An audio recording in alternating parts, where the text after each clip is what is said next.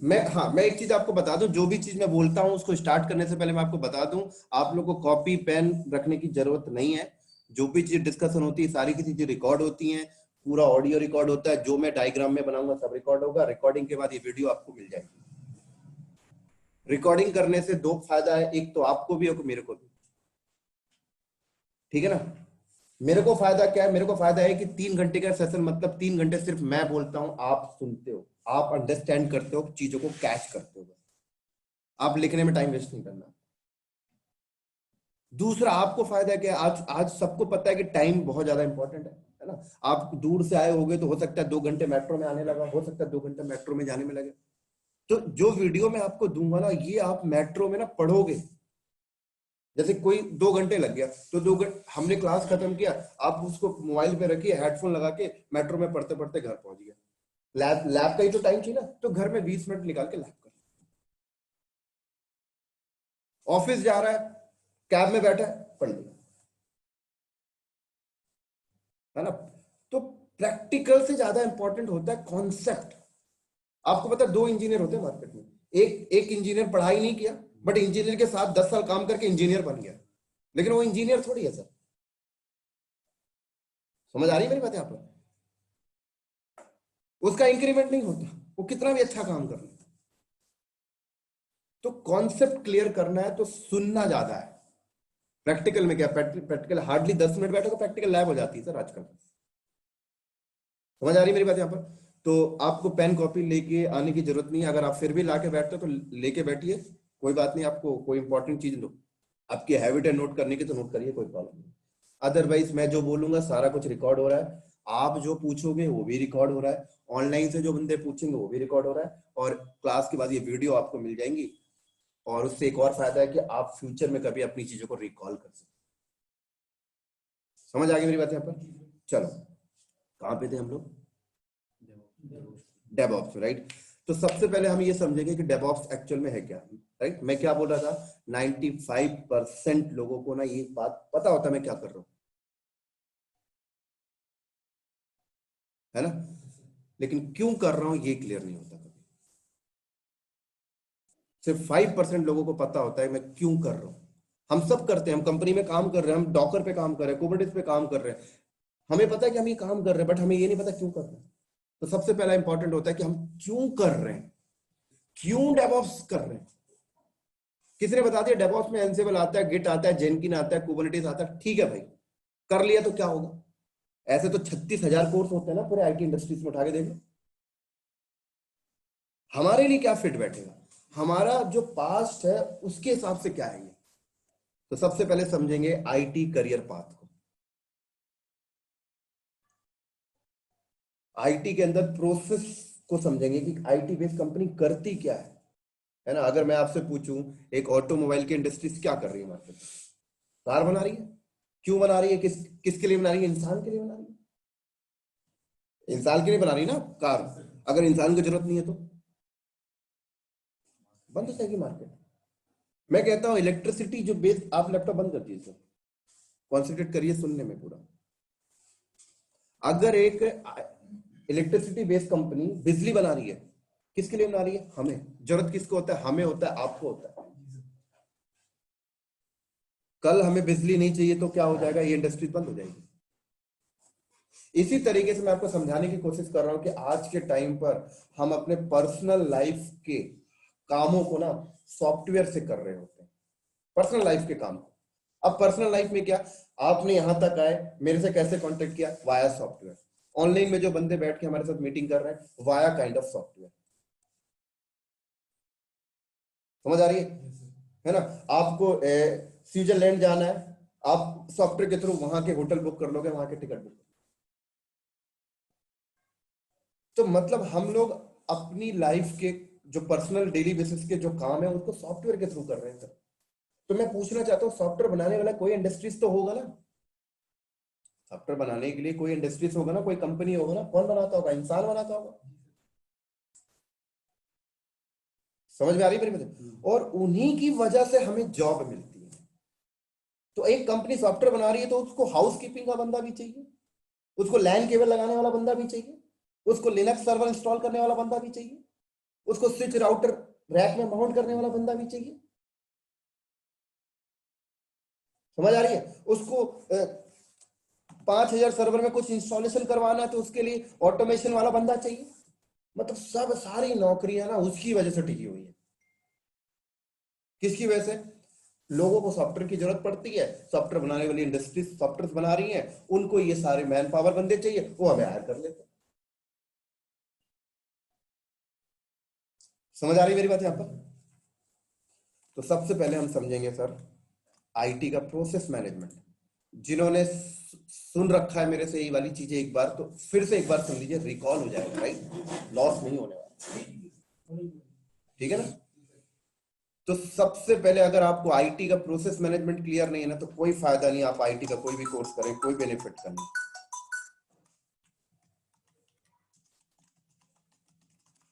IT process में मैं पूछना चाहता हूं कि हर एक बंदे को अपनी जहां पे वो काम करता है ना उसका प्रोसेस पता होना चाहिए। एक आर्मी में कोई बंदा ज्वाइन करता है ना, उसको जीरो से लेके एंड तक के प्रोसेस पता होता है। एक मेजर कर्नल अगर आर्मी में ज्वाइन किया है, उसका काम नहीं है बंदूक उठाना, उसका काम नहीं है रनिंग करना, लेकिन उसको हर एक प्रोसेस पता है, उसको पूरा प्रोसेस पता है, आर्मी का पूरा सिस्टम पता है। एक बैंक में आप चले जाइए, कैश तो डिस्ट्रीब्यूट करने वाला बंदा सिस्टम में बैठ के कैश डिस्ट्रीब्यूट कर रहा है, लेकिन उसको बैंक का पूरा प्रोसेस पता है। लेकिन आईटी में पता हमें अपना प्रोसेस ही नहीं पता। हम क्या फील कर रहे थे, सर मैं तो लिनक्स एडमिन हूं, मेरा काम क्या है, लिनक्स के ऊपर कमांड मारना।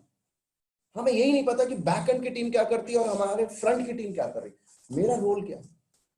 मैं अगर सिस्को का राउटर कॉन्फ़िगर कर रहा हूं तो मेरी वजह से कंपनी को क्या प्रॉफिट होगा, मेरी वजह से कंपनी को क्या रेवेन्यू आ रहा है, मेरा क्या प्रोफाइल है, अगर मैं चला गया तो क्या होगा। समझ आ रही मेरी बात यहां पर? जब तक हमें ये चीज नहीं पता तब तक पता है क्या होगा, हम भटकते रहेंगे। किसी ने बोला ये कर ले, किसी ने बोला ये कर ले, किसी ने बोला बड़े भाई ने बोला तो डेवऑप्स कर ले, किसी ने बोला मेरा मन कर लिया तो डेवऑप्स कर लो। ऐसे क्वेश्चंस हमारे दिमाग में आते हैं। किसी ने बोला मेरे बॉस ने बोला तो मैं कर लिया, किसी ने मुझे समझाया तो मैंने कर लिया। आपको अपना करियर आपको डिसाइड करना है कि मेरे को किस रास्ते में चलना है। समझ आ रही है मेरी बात यहाँ पर? तो थोड़े टाइम के लिए आप लोग ऐसा समझिए कि आप लोग सॉफ्टवेयर बनाने जा रहे हो। आप किसी का काम नहीं करोगे, आप सॉफ्टवेयर बनाओगे। फील कर लो थोड़े टाइम के लिए कि हम सब मिलकर, ऑनलाइन में जो दो लोग बैठे, हम सब 8-10 मिलकर हमने सोचा कि हम एक प्रोडक्ट बनाएंगे, सॉफ्टवेयर बनाएंगे। किसके लिए बनाएंगे? इंसान के लिए। इंसान को ही तो चाहिए ना, जानवर को थोड़ी चाहिए सॉफ्टवेयर। तो चलो कोई भी एक प्रोडक्ट उठा लिया आपने बनाने के लिए, लेकिन सॉफ्टवेयर को बनाने के लिए सबसे पहले क्या चाहिए हमें? हम सबको सबसे पहले क्या चाहिए? डेवलपर। क्या चाहिए सर? क्या चाहिए? डेवलपर चाहिए। तो हम लोगों ने क्या किया, डेवलपर्स हायर कर लिया। लेकिन कितना डेवलपर चाहिए ये कौन डिसाइड करेगा? डिपेंड करेगा कि हम जो सॉफ्टवेयर बना रहे हैं वो कितना बड़ा है, उससे डिपेंड करेगा ना। हो सकता है गूगल नाम की कंपनी बहुत बड़ा प्रोडक्ट बनाती है, उसके पास हजारों डेवलपर है। माइक्रोसॉफ्ट के पास हजारों डेवलपर है। रेड हार्ट के पास हजारों डेवलपर है। आपको क्या लगता है जो रेड हार्ट ने आरएचएल 8 लाकर आपको दिया है, ये क्या एक डेवलपर ने बनाया होगा? हजारों डेवलपर उस एक ही प्रोडक्ट पे काम कर रहे हैं। तो सबसे पहले डेवलपर चाहिए। अब हम लोगों ने एक छोटा सा, मान लीजिए ओला कैब जैसा एक सॉफ्टवेयर बना रहे हैं मान लीजिए, या आजकल देखा कई सब ऑनलाइन पेमेंट वाले सॉफ्टवेयर आते हैं, गूगल पे हो गया, फोन पे हो गया, ऐसे ही कुछ हम लोग बना रहे हैं। तो हमारा अगर छोटा सा प्रोडक्ट है तो हो सकता है कि हमें उतने डेवलपर्स, 1000 डेवलपर्स की जरूरत ना पड़े, 100 में काम हो जाए, है कि नहीं? तो फॉर एग्जाम्पल हमने यहां पर क्या किया, 2 डेवलपर्स हायर किया। क्या किया? 2 डेवलपर्स हायर किया। हमने क्या किया, हम लोगों ने 2 डेवलपर्स हायर कर लिए। लेकिन अब ये तो 2 डेवलपर्स हैं, इनको तो डेवलपर्स को तो एक ही चीज आता है, कोड लिखना। भाई बता दे, तो कोड लिखना आता है मुझे, सी प्लस प्लस पे लिख दूंगा, जावा पे लिख दूंगा, पीएचपी पे लिख दूंगा, जिसमें बोलेगा उस पे लिख दूंगा, मैं तो डेवलपर हूं यार। लेकिन अगर मेरे से तू ये बोलेगा ना कि कीबोर्ड का माउस नहीं चल रहा, मैं उसको सही नहीं कर पाऊंगा। तो मुझसे ये बोलेगा ना कि ऑपरेटिंग सिस्टम इंस्टॉल कर दे, मैं उसको नहीं कर पाऊंगा, क्योंकि अपने पूरा इंटायर दी लाइफ वो लोग कोडिंग ही करते हैं और कुछ नहीं करते। तो चलो आपने 2 डेवलपर हायर कर लिया अपनी जरूरत के हिसाब से, लेकिन सवाल आता है कि डेवलपर्स को लैपटॉप देना है, तो अब लैपटॉप आप दोगे, तो अगर ऑनर लैपटॉप देगा क्या? ऑनर तो बजट पास कर देगा।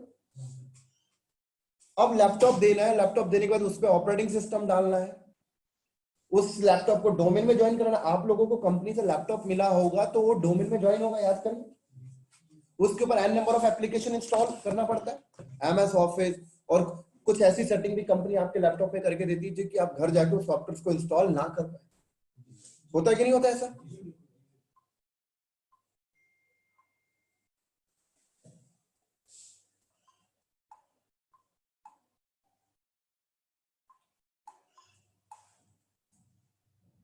ठीक है, समझ आ रही है मेरी बात यहाँ पर? तो इसका मतलब डेवलपर्स के लैपटॉप की मैनेजमेंट के लिए ना आपको एक टीम चाहिए। अब मैं अगर बात करूं कि हम लोग सब मालिक हैं सॉफ्टवेयर बनाने के लिए, तो डेवलपर्स कितना भी स्मार्ट क्यों ना हो, हमारे लिए एक रिसोर्स है सर। ऑनर के लिए तो एक रिसोर्स है, कितना भी इंटेलिजेंट डेवलपर क्यों ना हो, वो रिसोर्स है सर, वो कुछ भी नहीं है। समझ आ रही है मेरी बात यहाँ पर? तो अब डेवलपर्स के लैपटॉप को मैनेज करने के लिए आपको क्या चाहिए? एक ऐसी टीम चाहिए जो ये काम करता हो, कीबोर्ड सही कर दे, माउस सही कर दे। Desktop support engineer. कौन है यहाँ पे डेस्कटॉप सपोर्ट इंजीनियर?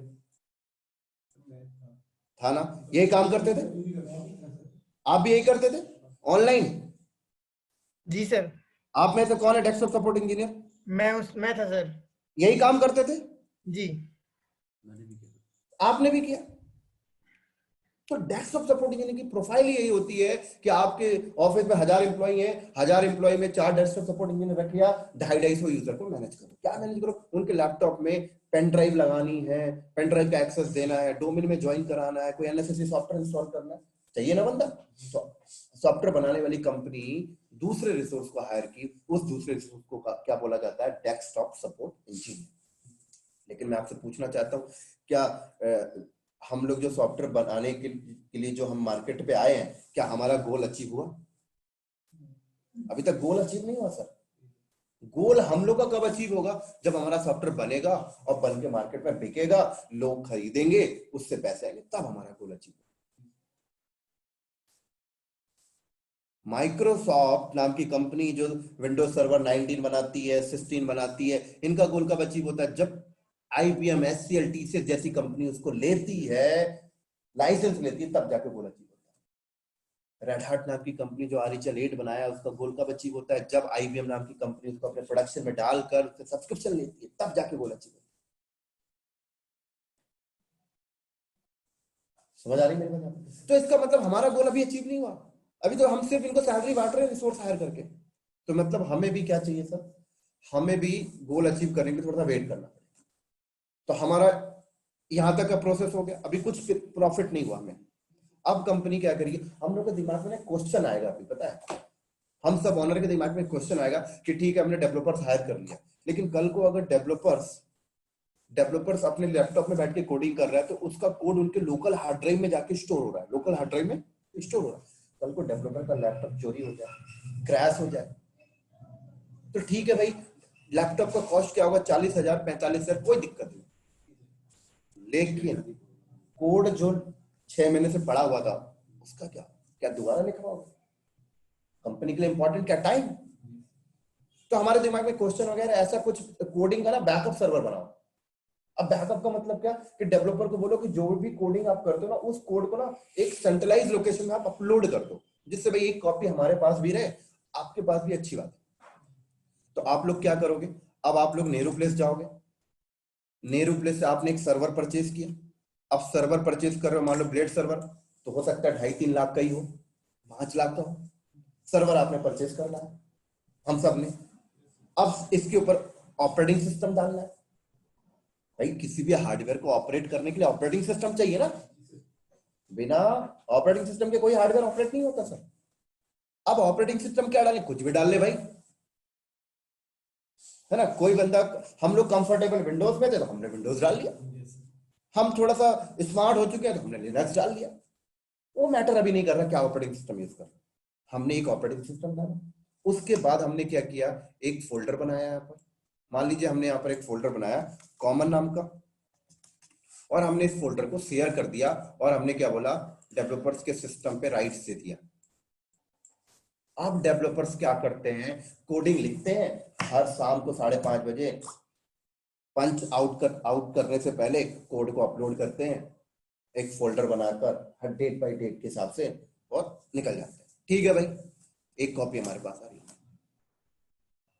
हमने ऐसा क्यों किया, क्योंकि कल को फ्यूचर को देखते हुए हम लोगों ने प्लान बनाया, कंपनी कराई। लेकिन अब सवाल आता है कि ये 5 लाख का सर्वर खरीद तो लिया हमने, इसके ऊपर ऑपरेटिंग सिस्टम डाल तो लिया, लेकिन सवाल आता है कि डेवलपर जब कोड को अपलोड करता है ना तो अपलोडिंग फेल्ड।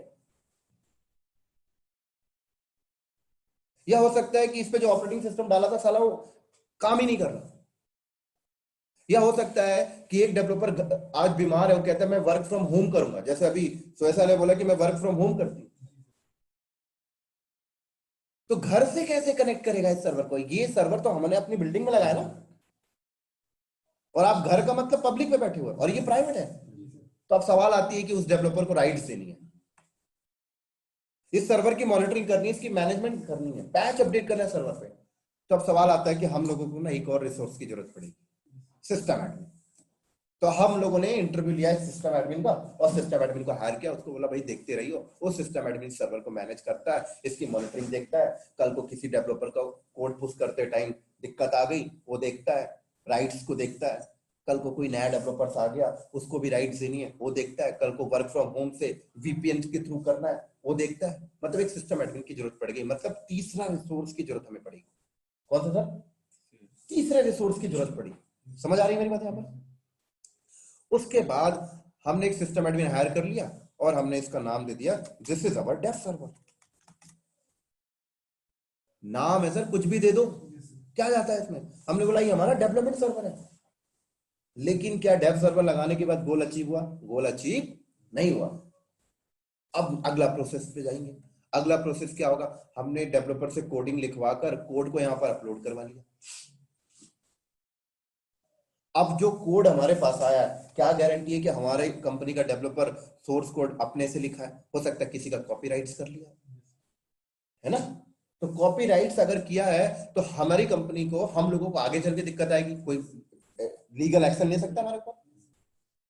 तो हम क्या करेंगे, जो कोड हमने कलेक्ट किया है उसकी पहले टेस्टिंग करेंगे, सोर्स कोड की टेस्टिंग, उसका सिंटैक्स, उसका कॉपीराइट्स तो नहीं, जस्ट काइंड ऑफ।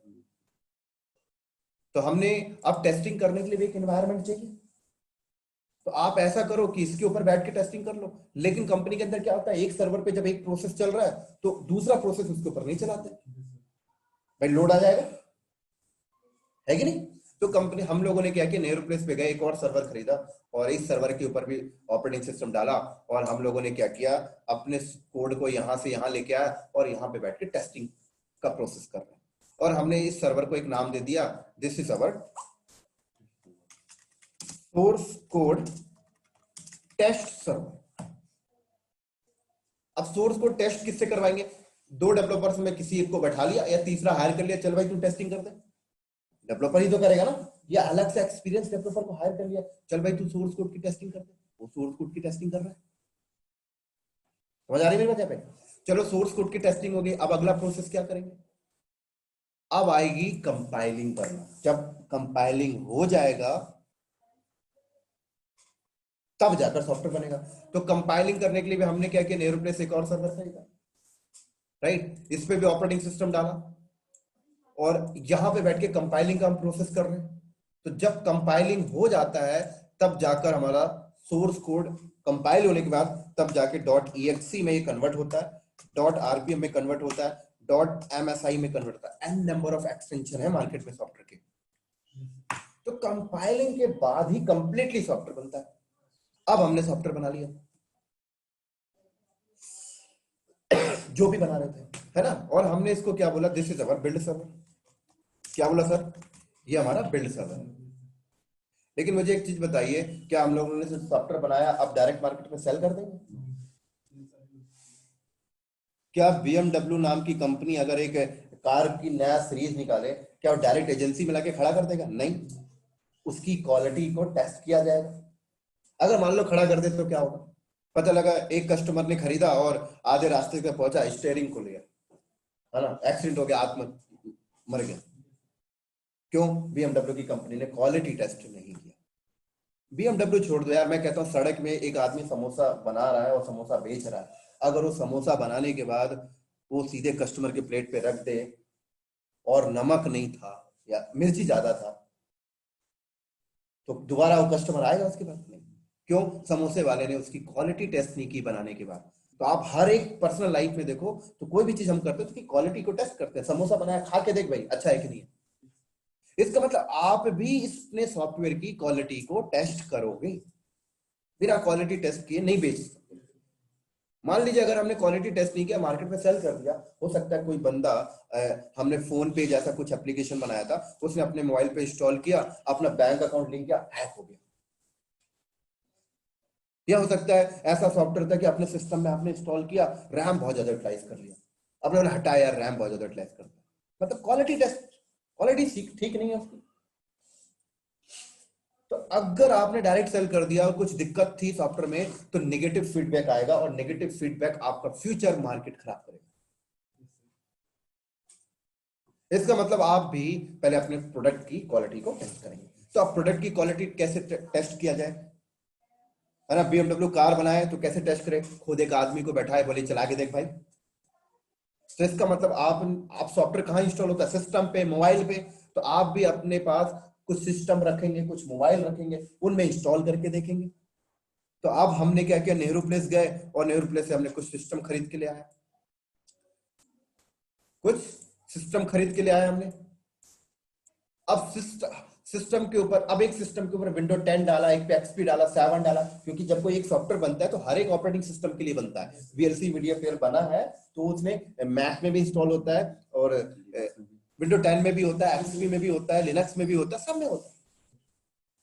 तो हमने यहाँ पे कुछ सिस्टम खरीदा, एक में विंडो डाला, एक में 7, XP, मैक, और हमने इन सॉफ्टवेयर को सब में इंस्टॉल किया और इंस्टॉल करके कुछ बंदे हायर कर लिए, बोले भाई टेस्टिंग करना। क्या टेस्टिंग करना? चेक करना रैम तो बहुत ज्यादा यूटिलाइज नहीं कर रहा है, CPU तो बहुत ज्यादा यूटिलाइज नहीं कर रहा है, और रिपोर्ट बता देना हमें बस। तो मान लीजिए सॉफ्टवेयर को इस पे इंस्टॉल करके क्वालिटी टेस्ट की गई, क्वालिटी की टीम ने बोला सर ये सॉफ्टवेयर जो बना ना, अपनी जरूरत से ज्यादा रैम को यूटिलाइज कर रहा है। हम लोग मालिक थे, हमें पता लगा भाई तो बेकार है, इसको सेल नहीं किया जाएगा। तो हमने अपने डेवलपर को पकड़ा, बोला भाई ये बग है, इसको सही कर। अब डेवलपर फिर कोड को दोबारा से सही करेगा। डेवलपर क्या करेगा? कोड को दोबारा से सही करने की कोशिश करेगा।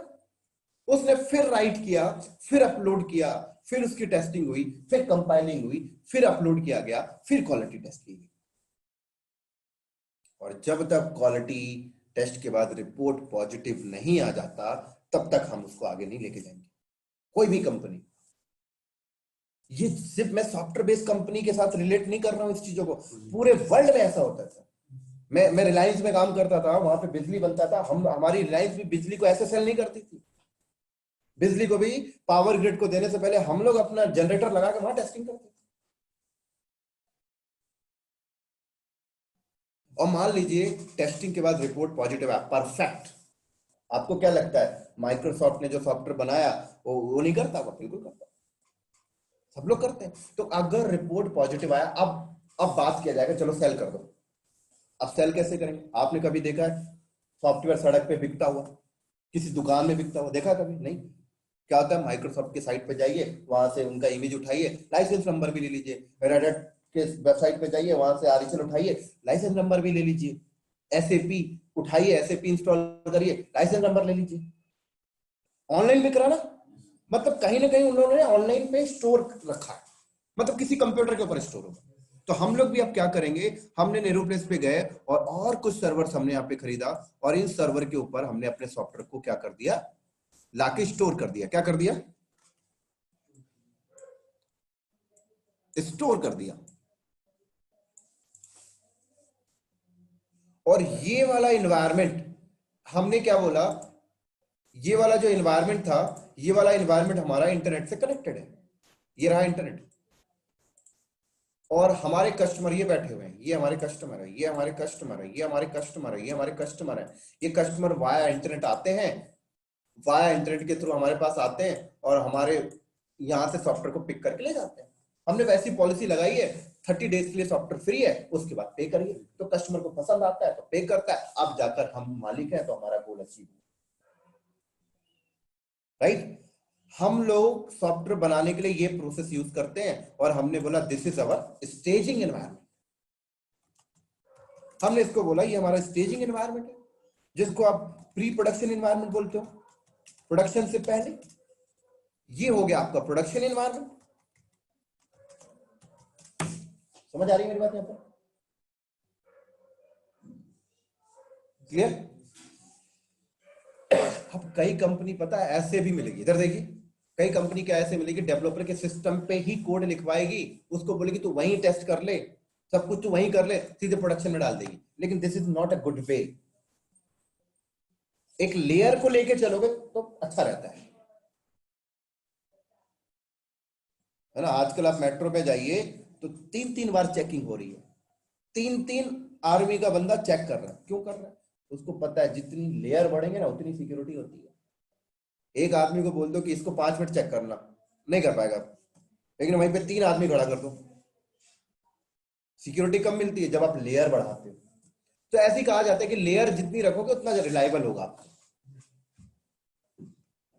ठीक है, मान लीजिए हमने सॉफ्टवेयर बन गया, अब हमारा गोल अचीव हो गया, लेकिन हमारे पास जो अभी कस्टमर थे ना वो 500 कस्टमर थे। तो 500 कस्टमर के हिसाब से हमारे पास ये जो सॉफ्टवेयर, ये जो प्रोडक्शन इन्वायरमेंट में 5 सर्वर है, प्री प्रोडक्शन में 5 सर्वर है, इधर 3, मतलब टोटल 20 सर्वर में हमारा काम चल रहा है, राइट। लेकिन अगर मैं कल को बोलूं कि हमारे पास 5000 मिलियन कस्टमर है हमारे पास, जैसे गूगल के पास हो गया, फेसबुक के पास हो गया, रेड हैट के पास है, अमेजोन के पास है, माइक्रोसॉफ्ट के पास, इतने कस्टमर आ गए 5000 मिलियन। अब क्या करोगे? क्या 5 सर्वर से काम चलेगा? नहीं चलेगा, है कि नहीं। अगर एक समोसे वाला समोसा बेच रहा है, अगर उसके पास दिन भर में 100 कस्टमर आते हैं तो एक ठेला लगाएगा उसने, लेकिन 200 आए तो क्या करेगा? बढ़ाएगा ना। समझ आ रही है मेरी बात यहां पर, है कि नहीं? तो यहां पर भी क्या करना पड़ेगा सर, आपको प्रोडक्शन इन्वायरमेंट में सर्वर की को इंक्रीज करना पड़ेगा। तो हो सकता है कि हमने सर्वर इंक्रीज करने के बाद हमने प्रोडक्शन इन्वायरमेंट में 10,000 सर्वर लगा दिया। कितने लगा दिए सर? 10,000 सर्वर हमें लगाने पड़ गए। हो सकता है प्री प्रोडक्शन इन्वायरमेंट में हमें 5,000 सर्वर लगाना पड़ गया। हो सकता है कि अब 2 डेवलपर से काम नहीं हो रहा, हो सकता है कि हमें यहां पर 400 डेवलपर हायर करने पड़ेंगे अपने ही प्रोडक्ट के लिए। तो जब 400 डेवलपर एक साथ डेव सर्वर पे कोड को अपलोड करेंगे तो डेव सर्वर क्या बोलेगा, भाई साहब मेरे को तो 2 लोगों के लिए बनाया गया था, अभी 400 आ रहे हैं, मेरी औकात नहीं है इतनी। तो अब क्या करना पड़ेगा सर आपको, डेव सर्वर की कैपेसिटी आपने 400 कर दी या आपने 50 कर दी, चलो आपने 50 डेव सर्वर लगा दिया। अब पता लगता है सोर्स कोड की टेस्टिंग भी बड़े लेवल पे हो रही है, 50 सोर्स कोड टेस्ट सर्वर हो गए, 50 आपके पास कंपाइलिंग सर्वर हो गए। तो टोटल कितने सर्वर हो गए सर आपके पास? 15,150 सर्वर हो गए आपके पास। ठीक है, अब सवाल आता है कि 15,150 सर्वर आपने लगा लिया, पहले आपके पास 15 सर्वर थे तो हम लोगों ने खुद ही बंदे रख लिए थे, उन्हीं से काम करवा लेते थे। लेकिन जब आपके पास 15,150 सर्वर हो गए तो 15,150 सर्वर को मैनेज करने के लिए मैन पावर भी चाहिए। मतलब जो डेव सर्वर के लिए जो सिस्टम एडमिन रखा था ना, वो एक से काम नहीं होगा, और चाहिए। डेवलपमेंट में 10,000 सर्वर है, उनको मैनेज करने के लिए और चाहिए 10,000 सर्वर पे लिनक्स पड़ा हुआ, लिनक्स का बंदा चाहिए साला। एक दो ऑप्शन है हमारे पास, एक तो खुद ही हायर कर लो, लेकिन खुद हायर नहीं कर रहे आजकल। क्यों? साला खुद हायर करेंगे तो उसका मेडिकल अलाउंस का रिस्पॉन्सिबिलिटी मेरा होगा, उसका हाउस रेंट अलाउंस का रिस्पॉन्सिबिलिटी मेरा होगा, उसकी पूरी जिम्मेदारी मेरी होगी, ऑफिस के टाइम पे कुछ हो जाए पूरा सब कुछ होगा। कंपनी ने गेम खेला, क्या बोला, हटाना यार, कॉन्ट्रैक्ट में दे देते हैं इन कामों को। तो अब कॉन्ट्रैक्ट में किसको दोगे, उन्हीं को दोगे जो एक काम करता है। तो अब वो कौन है कॉन्ट्रैक्टर, जिसको आप हिंदी में ठेकेदार बोलते हो? मैं कहता हूं एचसीएल, विप्रो, टीसीएस। वो कहता है मेरी तो रोजी रोटी पानी ऐसी चल रही है, ऐसे लोगों को सपोर्ट देते। समझ आ रही है मेरी बात? यहां पर हमने क्या किया, कॉन्ट्रैक्टर ढूंढने निकल गए। एचसीएल, टीसीएस, विप्रो, इन्फोसिस भूखा बैठा है, वो तो कहता मैं यही करता हूं। बताइए क्या मैनेज करना, केबल लगवाना है, बिल्कुल लगवा दूंगा मैं। बताइए रैक कहीं पे, राउटर कहीं माउंट करवाना है, लगवा दूंगा। अब पता लगा सारे एक साथ आ गए। अब किसको दे कॉन्ट्रैक्ट? आपने बोला कोटेशन ला भाई, तो क्या ला? कोटेशन। एचसीएल ने अपना कोटेशन भेजा अपना सर्विस एग्रीमेंट के साथ, टीसीएस ने अपना कोटेशन भेजा अपनी एग्रीमेंट के साथ। अब एचसीएल का कोटेशन आया, उसमें बोलता है कि मैं 24/7 सपोर्ट दूंगा, लेकिन मेरा जो रिस्पांस टाइम है वो मिनिमम 1 आवर है। विप्रो का रिस्पांस टाइम, कोटेशन में रिस्पांस टाइम क्या लिखा है, मैं 30 मिनट्स में रिस्पॉन्स दूंगा। इन्फोसिस का लिखा है 15 मिनट्स। एक्सेंचर का लिखा है 5 मिनट्स। आपने मैच किया, लो बजट, कोटेशन का प्राइस लो, मिनिमम रिस्पॉन्स टाइम, जो मैच कर गया, हम लोगों ने मिलकर क्या किया, इसको कॉन्ट्रैक्ट दे दिया। हम लोगों ने एचसीएल नाम की कंपनी को कॉन्ट्रैक्ट दे दिया हमारा प्रोडक्शन एनवायरनमेंट मैनेज करने। तो एचसीएल क्या करेगा, प्रोडक्शन एनवायरनमेंट मैनेज करेगा। 10,000 सर्वर उसको देखने, क्या देखने, 10,000 सर्वर 24/7 चलने चाहिए। 10,000 सर्वर के ऑपरेटिंग सिस्टम डाउन टाइम नहीं आने चाहिए।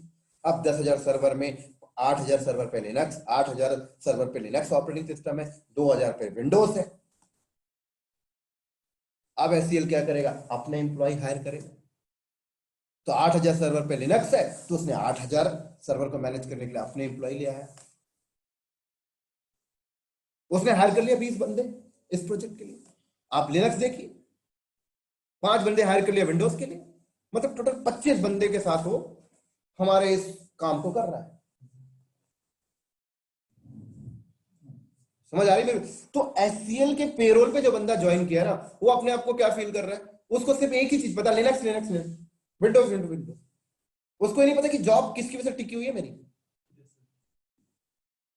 समझ आ रही है मेरी बात यहां पर? इसी तरीके से हम लोगों ने क्या किया, हम लोगों ने स्टेजिंग एनवायरनमेंट विप्रो को दे दिया कॉन्ट्रैक्ट। हमने बोला यार एक सारा ना एचसीएल को मत दो, नहीं तो डिपेंडेंट हो जाते हैं फिर हम, वो क्लाइंट भी साला, उसका भी भाव बढ़ जाता है।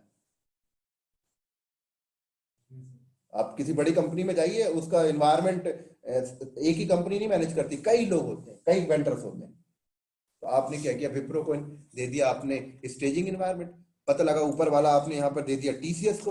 अब पता लगता है कि 15,000 सर्वर की नेटवर्किंग भी तो करनी है ना सर। 15,000 सर्वर आपस में कनेक्ट होंगे तो कितने स्विच चाहिए, कितने राउटर चाहिए, उस पर फायरवॉल लगाने हैं। तो पता लगा कि अच्छा नेटवर्क किसको दिया जाए, ये लोग तो सर्वर देख रहे हैं, हमने बोला आईबीएम को दे दो नेटवर्क। मतलब पूरा का पूरा खेल कॉन्ट्रैक्ट में चल रहा है। तो अब आईबीएम के पेरोल पे बंदा जो रहता है वो आईबीएम के काम देख रहा है, आईबीएम की तरफ से आपके लिए काम कर रहा है। समझ आ रही मेरी बात यहां पर? तो अब मुझे एक सवाल का जवाब दीजिए, हम लोगों को सॉफ्टवेयर बनाने के लिए इन चीजों की जरूरत पड़ी?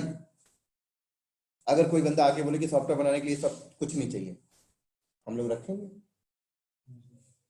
हमारा प्लान क्या था, पैसा कमाना।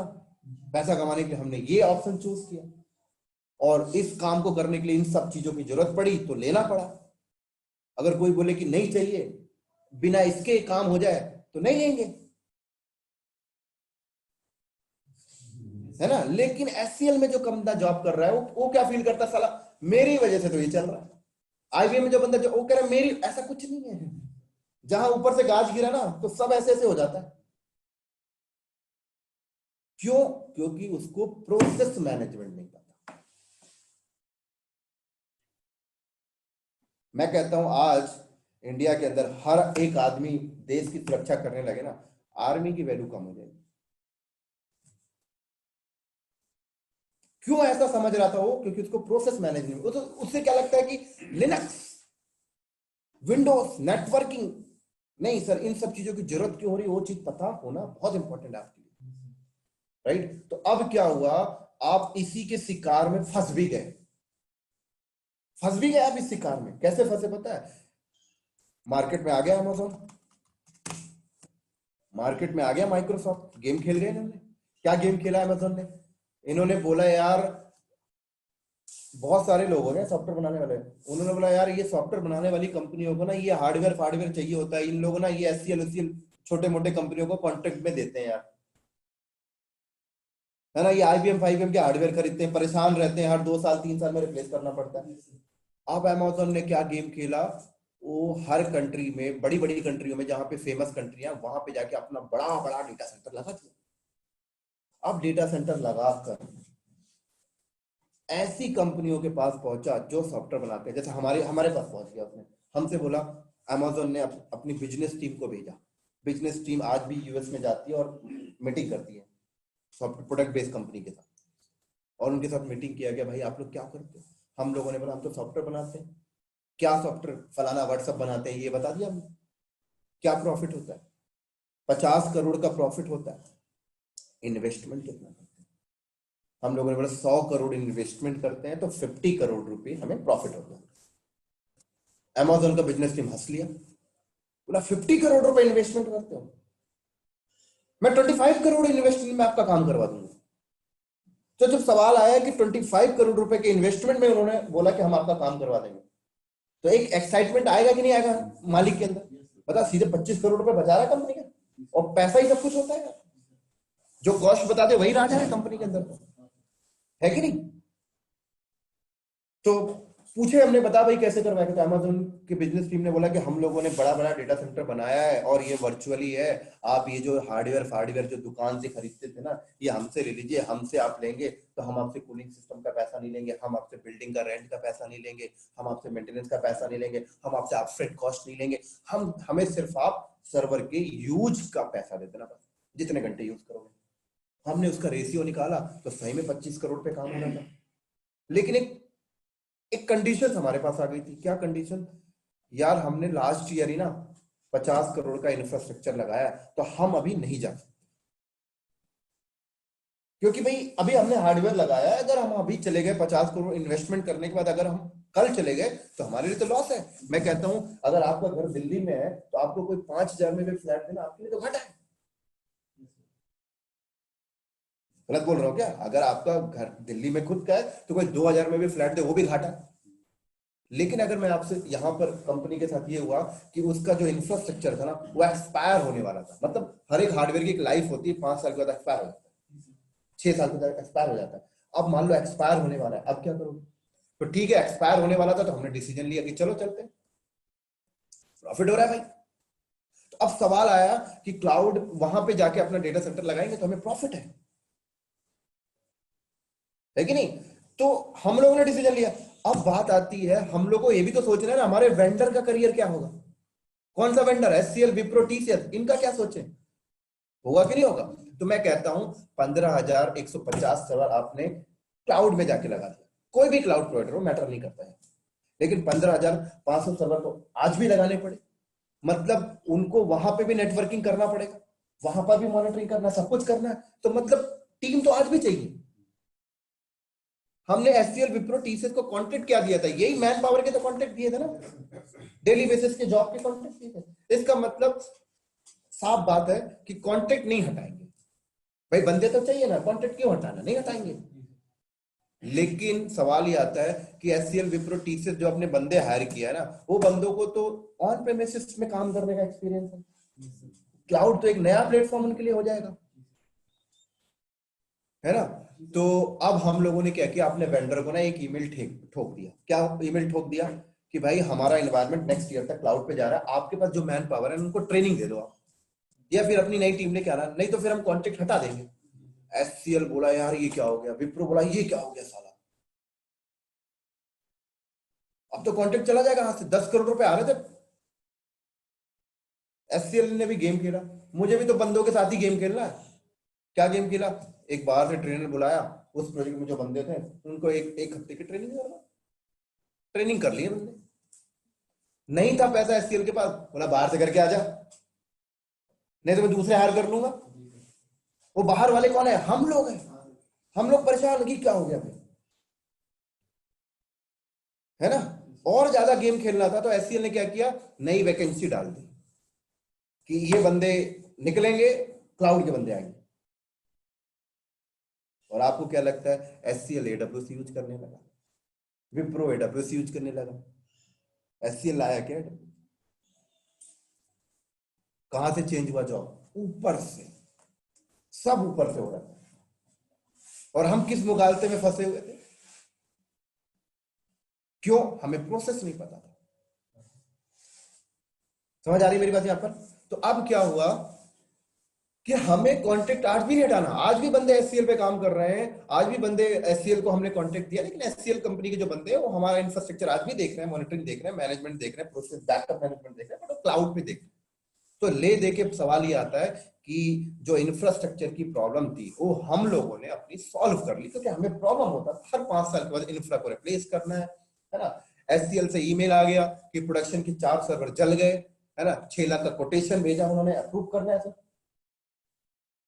तो हम लोगों ने अपनी जो सर पे हेडक थी उसको खत्म कर लिया। किसकी वजह से? क्लाउड। काम से मतलब है ना।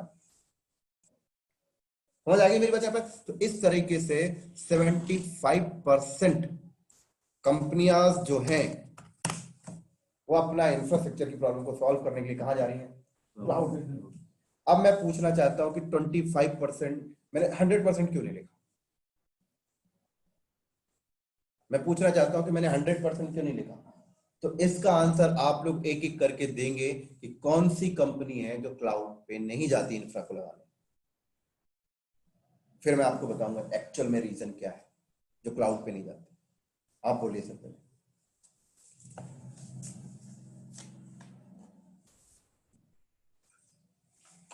जो इंफ्रा बेस नहीं है वो चाहिए। कौन कंपनी है जो क्लाउड पे मना करती है, हम नहीं ले जाएंगे क्लाउड पे, हम अपने बिल्डिंग के अंदर ही डेटा सेंटर रखेंगे?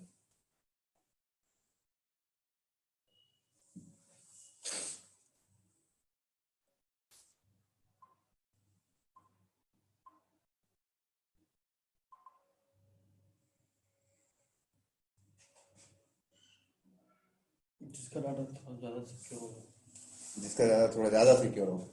वो ज़्यादा पब्लिक नहीं करना चाहते। अच्छा, इसलिए वो क्लाउड पे नहीं जाना चाहिए। चलो ठीक है, आप बताइए sir. Banking sector, banking sector नहीं जाएगी। Private cloud. मैं आपको 10 बैंक गिना देता हूँ क्लाउड पे बैठे हुए अभी। आप बताओ सर।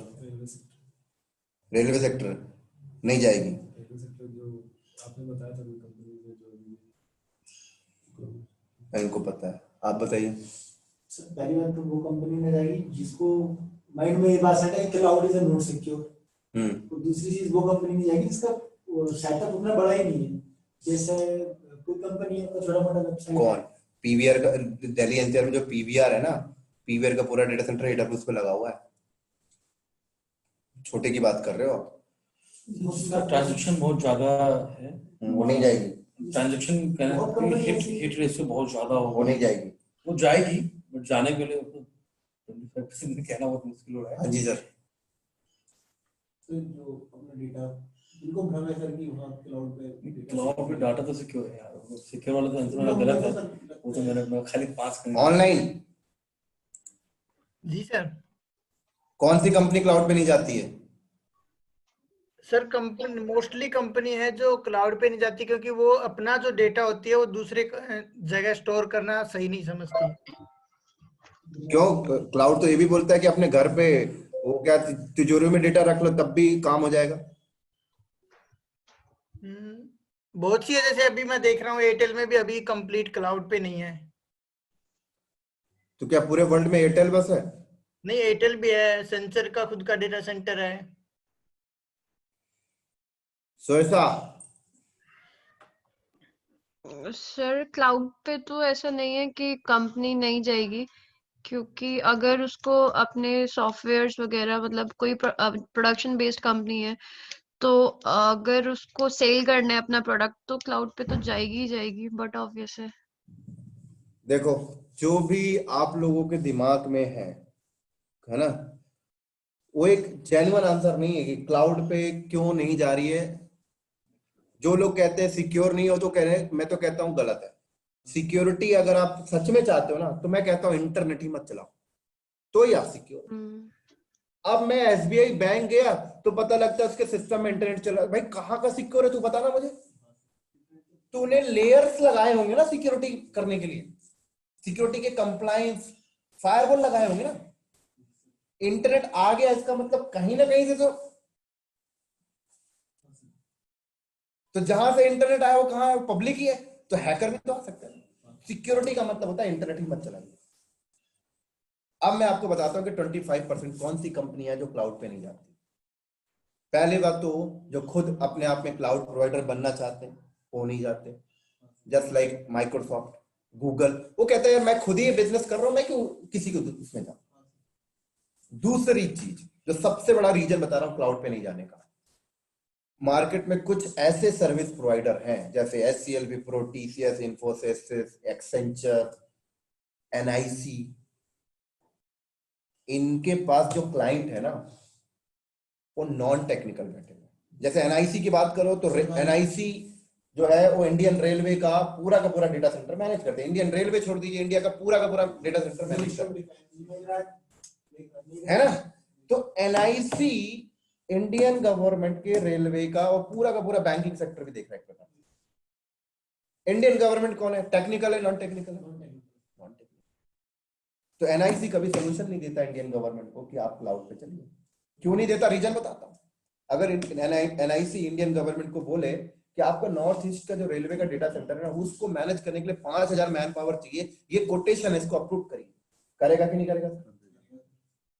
तो मैं कहता हूं NIC ने इंडियन गवर्नमेंट से पर मैन पावर पे 80,000 का पेमेंट लिया और जो हायर किया उसको 35,000 दे रहा है। तो NIC को प्रॉफिट हुआ कि नहीं हुआ साइड से? कल को NIC इंडियन गवर्नमेंट को बोलता है कि आपका ये जो रेलवे का डेटा सेंटर में जो हार्डवेयर है ना रिप्लेस करना पड़ेगा, नहीं तो फट जाएगा, अप्रूव करिए कोटेशन 20 करोड़ का, करेगा नहीं करेगा? उससे NIC की कमाई होगी कि नहीं होगी? तो NIC जाने ही नहीं देगा उसको। NIC क्या बोलेगा पता है, जो AWS देता है ना, मैं बड़ी बिल्डिंग में वो वर्चुअली लगाकर, ये लो मैंने नाम दे दिया मेघराज क्लाउड। यही काम करता है इरेक्शन, यही काम कर रहा है इरेक्शन सर। इरेक्शन की जो क्लाइंट्स है नॉन टेक्निकल है। इरेक्शन तो कहता है कि कहां जाओगे क्लाउड में, क्लाउड में मिलता है क्या, वर्चुअलाइज मिलती है ना। मैं आप इरेक्शन क्या बोलता है, अच्छा वर्चुअलाइज चीजें मिलती है ना, कहता है आपका जो डेटा सेंटर है ना, क्लाइंट को कहता है वो जो फिजिकल है ना, मैं इसके ऊपर ना VMware ओपनस्टैक डाल के वर्चुअल बनाकर लो मैं आपको ना क्लाउड की तरह दे रहा हूं। और बोला क्या, इरेक्शन क्लाउड। क्लाइंट को ना गुमराह कर रहे हैं लोग अपनी रोटी सेकने के लिए। उतनी कमाई थोड़ी होगी अगर NIC लगवा देगा डेटा सेंटर क्लाउड AWS पे तो, क्योंकि भाई लीगल एक्शन, लीगल के साथ बिलिंग निकाल के देनी पड़ेगी। समझ आ रही है मेरी बात आपको? तो नॉन टेक्निकल जो अब क्या है कि नॉन टेक्निकल क्लाइंट्स विश्वास उन्हीं के साथ करते हैं जिसके साथ लॉन्ग टाइम से बने हुए हैं। तो एक ये रीजन है। अब सवाल पता है यहाँ पर क्या होता है, इरेक्शन ने चलो साउथ अफ्रीका में अपने क्लाइंट के लिए फिजिकल डेटा सेंटर के ऊपर वर्चुअल लेयर खड़ा करके ओपनस्टैक डाल के एक लोकल क्लाउड बनाकर दे भी दिया। लेकिन अब क्लाइंट बोलता है कि मैं सिंगापुर जा रहा हूं, तो इरेक्शन क्या बोलता है पता है, गिव मी 6 मंथ, 6 महीने का टाइम मांगा उसने। क्यों? साला तू सिंगापुर पे जाएगा, अब लगाएगा तब देगा। लेकिन AWS वाला बोलता पहले से लगा हुआ है, माइक्रोसॉफ्ट एजूर वाला बोलता पहले से लगा हुआ। तो कौन बेस्ट हुआ? यहां तक भी नहीं। अब देखो NIC और इरेक्शन क्या बोलता है, इरेक्शन कहता है एयरटेल के लिए ना मैंने ना नोएडा में एक बिल्डिंग है, गुड़गांव में एक बिल्डिंग है, बिल्डिंग के अंदर मैं एयरटेल के लिए डेडिकेट लगा के दिया, उसमें सिर्फ एयरटेल का ही सर्वर होता है, फिजिकल पूरा एयरटेल का ही है, उसमें SBI वाले नहीं आते, उसमें ओला वाले नहीं आते।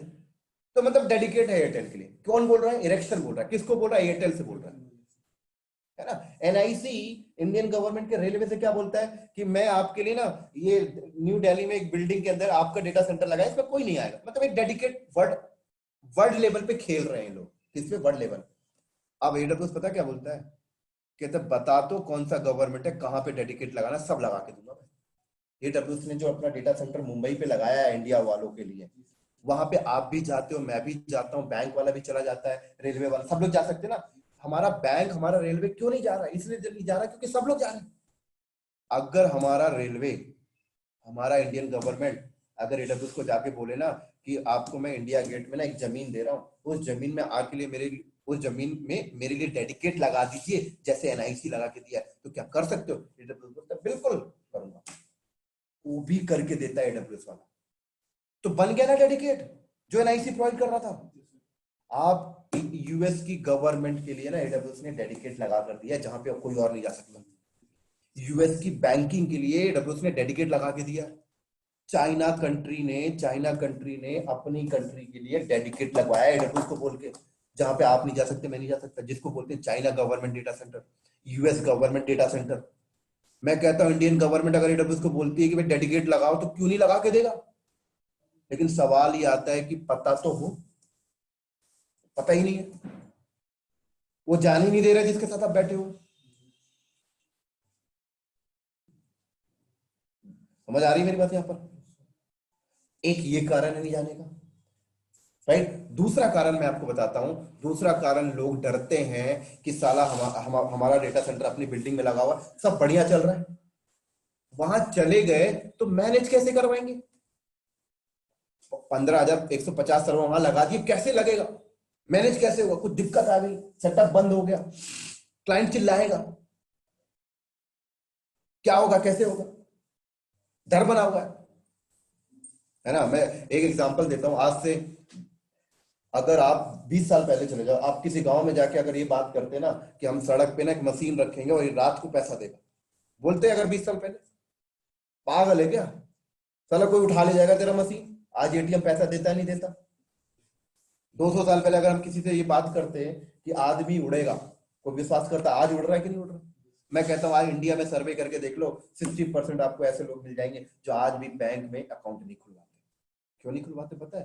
पूछिए जरा क्यों नहीं खुलवाते। कहते बैंक वाला पैसा हैक कर लेगा, चोरी कर लेगा, पैसा देता नहीं है। 10,000 रखो तो 9,990 ही देता है ना। ATM कार्ड से कोई निकाल लिया पैसा तो बैंक क्या बोलता है?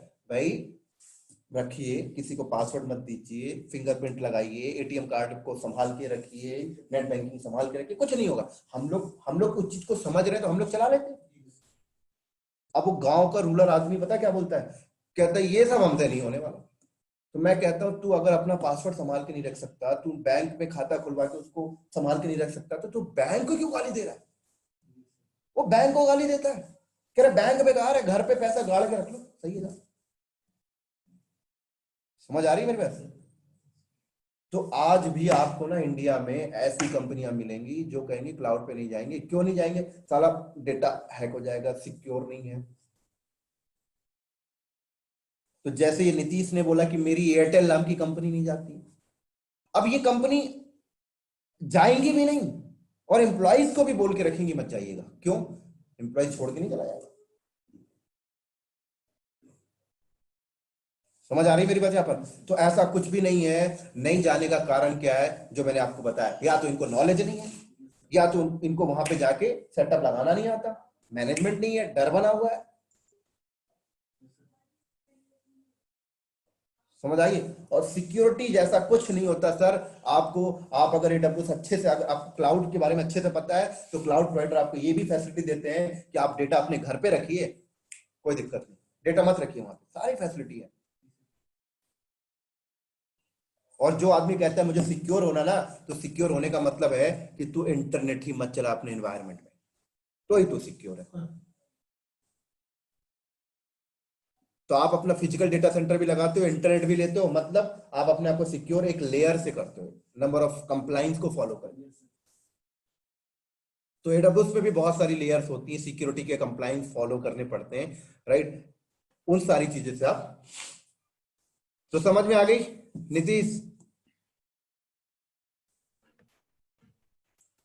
जी सर। हाँ जी सर।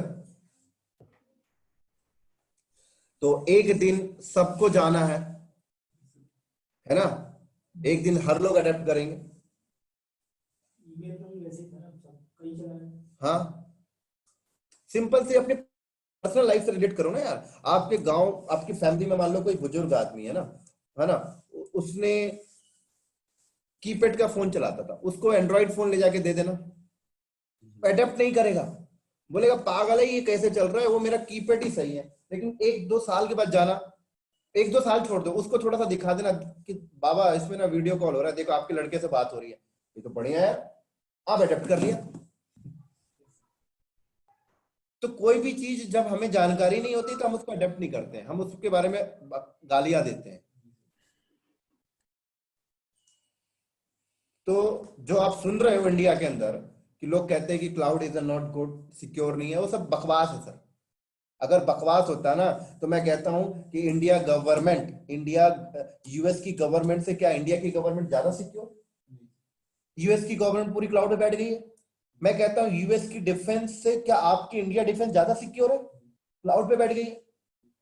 मैं कहता हूं कि आपका इंडियन का जो टेलीकॉम सेक्टर है, जो एयरटेल वोडाफोन है, ये क्या यूएस के टेलीकॉम सेक्टर से ज्यादा सिक्योर है? वो क्लाउड पे बैठे हुए। यूएस की बैंक से क्या आपका SBI bank, ICICI bank, India का बैंक ज्यादा सिक्योर है? वो क्लाउड पे बैठे हुए। तो फिर आप ऐसी बातें क्यों कर रहे हो कि बैंकिंग सेक्टर नहीं जाएगा, डिफेंस सेक्टर नहीं जाएगा? तो ये गलत है सर। अब होता क्या है कि हमारी कंपनी ने बोला कि हम क्लाउड पे नहीं जाएंगे। क्यों नहीं जाएंगे? क्योंकि सिक्योर नहीं है ना। उन्होंने हमें बोला, हम 4 आदमी को बोला, 4 आदमी को बोला, अपने में खुश है मगर।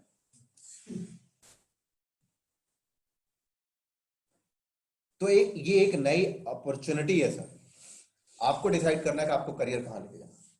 तो ले देके समझाने का मतलब मेरा ये था कि इंफ्रास्ट्रक्चर की प्रॉब्लम कंपनी सॉल्व कर रही है, कहां जाके?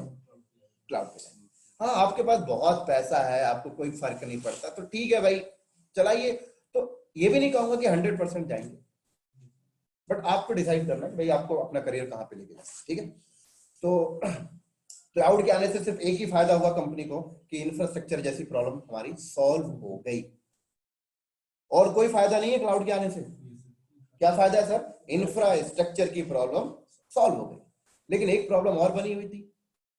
अब वो प्रॉब्लम क्या था? हम ये सब कुछ सॉफ्टवेयर बनाने के लिए कर रहे थे, हमने चलो इंफ्रा लगा लिया क्लाउड पे, राइट? अब क्या हो रहा था कि मान लो ये चाहे लोकल हो चाहे क्लाउड पे हो, है ना, बना तो हम सॉफ्टवेयर बनाने के लिए ही लगाया गया है ना। अब मान लो यहां पर एक कंपनी है आईबीएम नाम की। अब यहां पर क्या है? आईबीएम नाम की एक कंपनी है ना। अब यहां पर मान लो एक माइक्रोसॉफ्ट नाम की कंपनी है। अभी माइक्रोसॉफ्ट नाम की कंपनी ने विंडोज सर्वर 2019 बनाया, है ना, आईबीएम को दे दिया। आईबीएम ने क्या किया? अपने प्रोडक्शन में 2019 को इंस्टॉल करके उसके ऊपर एक एप्लीकेशन चला रही थी, लेकिन एप्लीकेशन में तो दिक्कत आ रही है। तो आईबीएम किसको फोन करेगा? आईबीएम किसको फोन करेगा सर? माइक्रोसॉफ्ट को। माइक्रोसॉफ्ट बोलेगा कि मैं आपको ना विंडोज सर्वर 2019.1 एक नया वर्जन रिलीज करती हूँ, उसको अपग्रेड कर लीजिएगा, प्रॉब्लम सॉल्व हो जाएगी, ठीक है, ये बोल दिया। लेकिन माइक्रोसॉफ्ट की टीम क्या कर रही थी? कोडिंग मैनुअल कर रहे थे। कोडिंग करने के बाद उन्होंने अपने सॉफ्टवेयर को कोडिंग को यहाँ पे अपलोड किया। सॉफ्टवेयर के सोर्स कोड की टेस्टिंग मैनुअल कर रहे हैं, कंपाइलिंग मैनुअल कर रहे हैं। पता लगा कंपाइलिंग करने में इन्होंने 1 महीना लगा लिया, राइट? उसके बाद ये 5000 स्टेजिंग एनवायरनमेंट में उन्होंने इंस्टॉल किया, क्वालिटी टेस्ट किया। क्वालिटी टेस्ट करने में 1 महीना लग गया, मतलब 2 महीने हो गए। क्वालिटी टेस्ट फेल्ड हो गया, फिर डेवलपर के पास जाएगा, फिर प्रोसेस चलेगा, फिर क्वालिटी टेस्ट चलेगी। पता लगा 2 महीने और लग गया, 4 महीने हो गए एक वर्जन को रिलीज करने में। सब मैनुअल हो रहा है। पता लगा कि 4 महीने के बाद पता लगा कि अब परफेक्ट है, अब प्रोडक्शन में डाला गया, प्रोडक्शन में डालने में 1 महीना लग गया। मतलब टोटल कितने महीने हो गए? 5 महीने। 5 महीने के बाद इस आईबीएम के पास विंडोज सर्वर 2019.1 माइक्रोसॉफ्ट ने दिया। मतलब 5 महीने से आईबीएम वेट कर रहा था।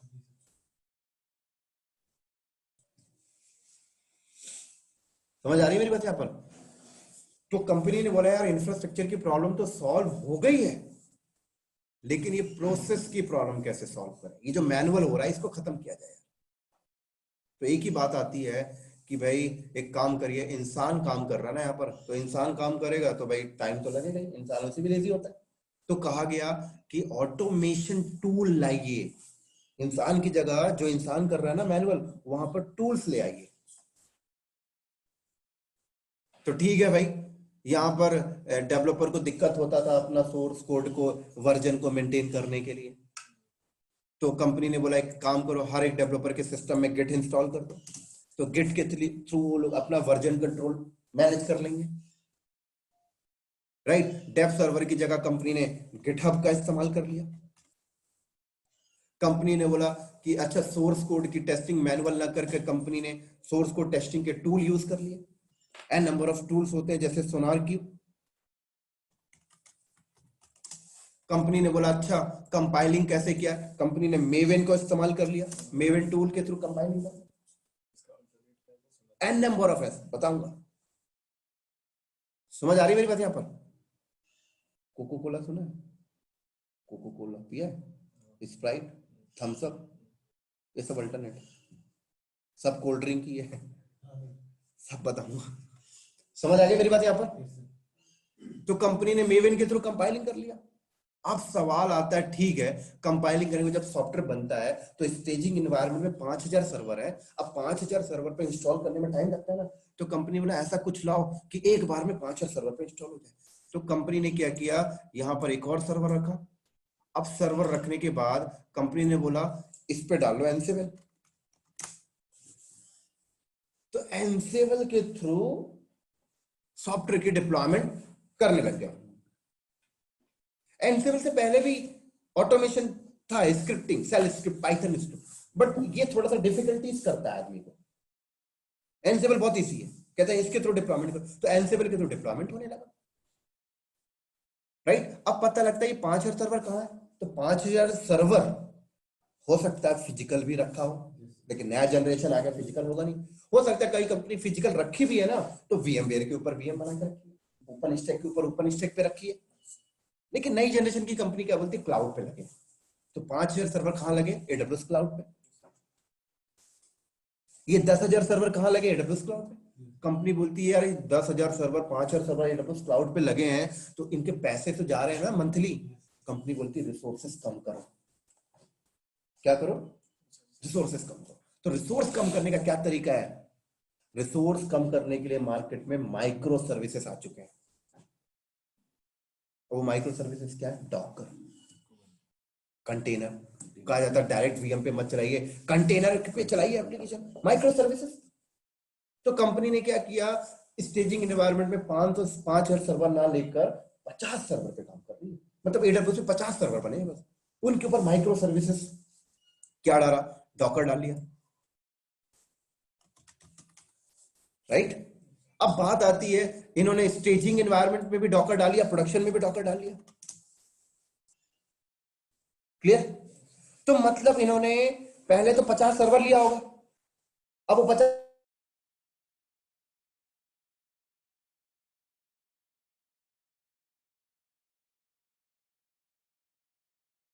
ठीक है डॉकर चला रहे बढ़िया है, लेकिन इनको भी एक क्लस्टरिंग मैनेजमेंट करने के लिए, बेटर मैनेजमेंट करने के लिए कंपनी ने क्यूबरनेटिस का इस्तेमाल कर लिया, बेटर मैनेजमेंट करने के लिए। समझ आ रही मेरी बात यहां पर? क्लियर? अब कंपनी बोलती है ठीक है ये बढ़िया हो गया, अब मॉनिटरिंग कैसे करें, कंपनी बोला नेगियोस लिया, नेगियोस के लिए Splunk an number of tools है। तो कंपनी ने जहां पर अपना काम मैनुअल कर रहे थे वहां पर उन्होंने हर एक स्टेज में ऑटोमेशन टूल लगा दी।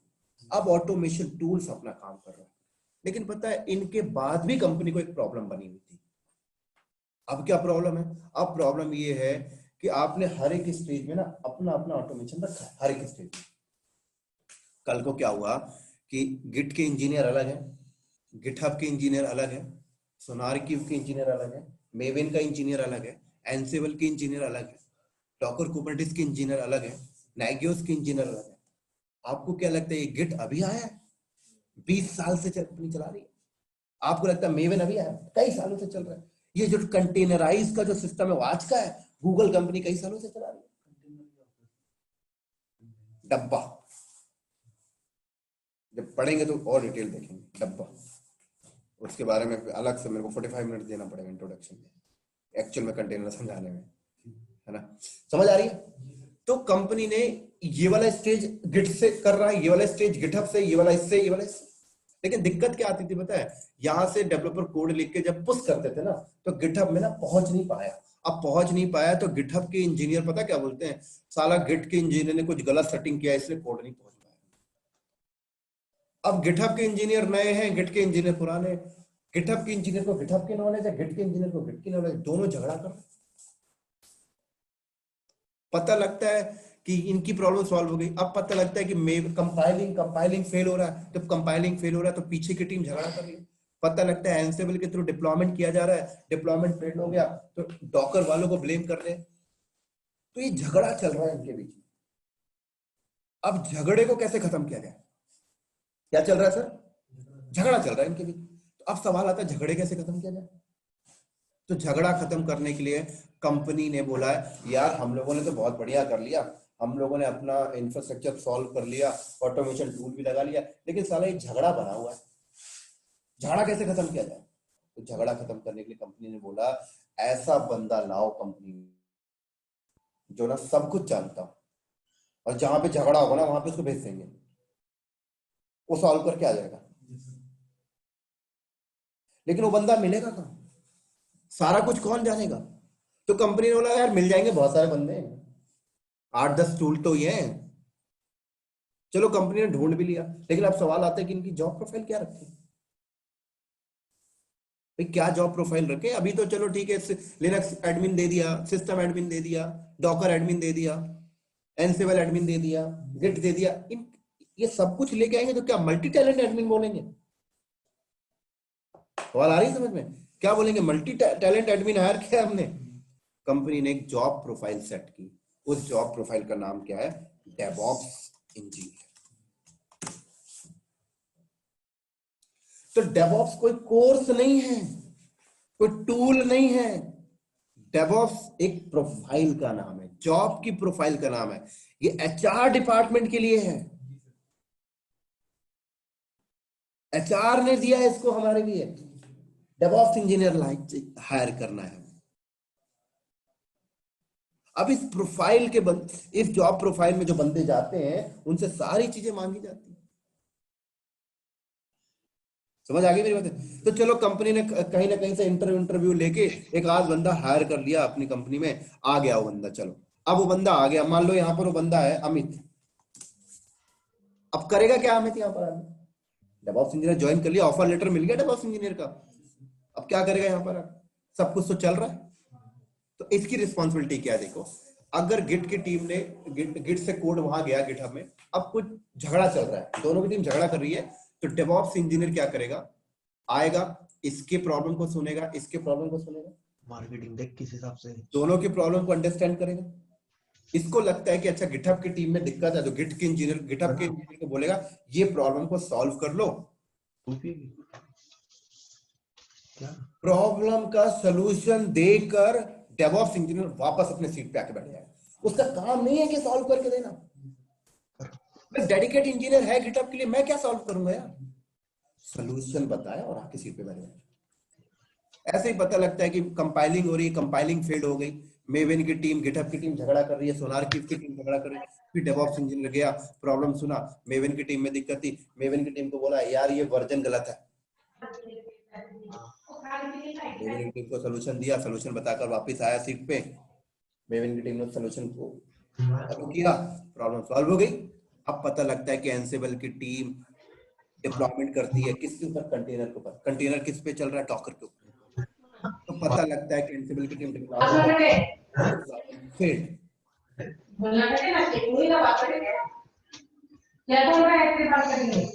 क्या हुआ? Deployment failed. अब एंसिबल और डॉकर वाले ले मेल पे मेल, बॉस को सीसी में रखे उसको, साला तुम मेल पे मेल खेल रहे हो, वहां क्लाइंट वेट कर रहा है कब आएगा सॉफ्टवेयर। समझ आ रही मेरी बात? यहां पर तो डेवऑप्स इंजीनियर पहुंचा, क्या प्रॉब्लम भाई? एंसिबल वाले की टीम की प्रॉब्लम देखा, पता लगता है कि साला तूने प्लेबुक में ना एक सिंटेक्स गलत लिखा था। तो एनसेबल के वाले को बताया कि इसको सॉल्व कर ले, उसने सॉल्व किया, चल गया। पता लगता है एनसेबल की टीम में दिक्कत नहीं था, डॉकर का जो वर्जन गलत था। डेवऑप्स इंजीनियर ने बताया भाई डॉकर की टीम को भाई ये वर्जन सही कर ले, उसने सही किया, प्रॉब्लम सॉल्व हो गई। पता लगता है ना ही एनसेबल की टीम में दिक्कत थी, ना ही डॉकर की टीम में दिक्कत थी, डॉकर के नीचे जो लिनक्स पड़ा हुआ था, साला वो लिनक्स का वर्जन गलत। समझ रहे हैं आप, समझ रहे हो? तो डेवऑप्स इंजीनियर ने बोला कि लिनक्स की टीम को बुलाइए, वो करेंगे। सोल्यूशन दिया, लिनक्स की टीम ने सही किया। अब पता लगता है कि ना ही एनसेबल में दिक्कत था, ना ही डॉकर में दिक्कत था, ना ही लिनक्स में दिक्कत था। पता लगता है कि जो वीएम है ना वो एडब्ल्यूएस में बना, एडब्ल्यूएस में जो वीएम बना था उसमें दिक्कत। एडब्ल्यूएस की टीम को भी इन्वॉल्व किया। समझ आ रही मेरी बात यहां पर? तो मतलब ऐसा काम कौन कर सकता है जिसको सब चीज आती हो, राइट? इसके बाद पता लगता है कि साथ में कुबरनेटिस भी चल रहा था, तो हो सकता है कुबरनेटिस में दिक्कत हो। ऐसे ही पता लगता है नेगियोस में कुछ दिक्कत आ रहा, तो फिर डेवऑप्स इंजीनियर आया। तो डेवऑप्स इंजीनियर का काम क्या है? एक पुलिस वाले की तरह काम कर रहा है, इंस्पेक्टर। कि अभी कल 26 जनवरी है, कोई दंगा प्रसाद नहीं होना चाहिए, कुछ होगा तो पहला रोल उसका है। तो आपकी कंपनी सॉफ्टवेयर बना के बेच जो रही है ना, सॉफ्टवेयर बनने में कोई दिक्कत आया, सबसे पहला रोल तेरा है, तू रिपोर्ट करेगा क्या है दिक्कत है। फर्दर अगर कोई बड़ी प्रॉब्लम होगी तो फिर हम डॉकर की टीम से बात करेंगे, हम एनसेबल की टीम से बात करेंगे। तो डेवऑप्स इंजीनियर को इसलिए लाया जाता है कंपनी के अंदर। अब सवाल आता है कि डेवऑप्स इंजीनियर ने बोला यार ऐसे तो बार बार प्रॉब्लम आती रहती है, कुछ ऐसा कुछ कर दूं कि प्रॉब्लम और अपने आप मुझे डिटेक्ट हो जाए। तो डेवऑप्स इंजीनियर ने बोला एक काम करता हूं, इस टूल को इससे जोड़ देता हूं, इसको इससे इंटीग्रेट कर देता हूं, इसको इससे इंटीग्रेट कर देता हूं, इसको एनसेबल से इंटीग्रेट कर देता हूं, इसको डॉकर से इंटीग्रेट कर देता हूं, इसको डेवऑप्स एडब्ल्यूएस से इंटीग्रेट कर देता हूं, इसको नेगियोस टूल से इंटीग्रेट कर देता हूं, इसको डेवलपर से इंटीग्रेट कर देता हूं, ईमेल चला जाए, मतलब एक पाइपलाइन बना देता हूं।